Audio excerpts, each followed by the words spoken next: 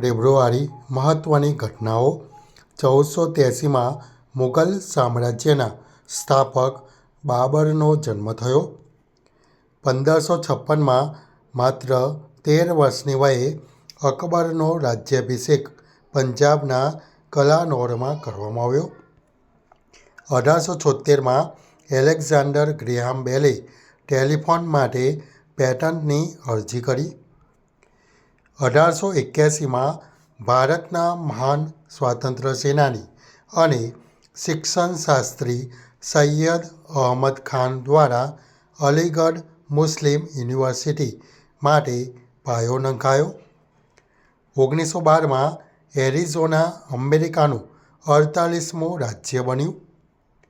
1924માં computing giant IBM international business machinery કંપનીની સ્થાપના થઈ.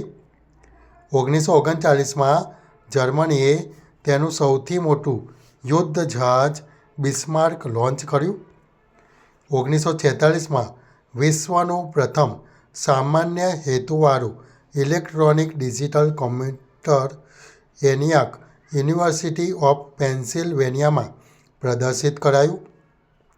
1961માં 103મો તત્વ લોરેન્શિયમ પ્રથમ વખત શોધાયું.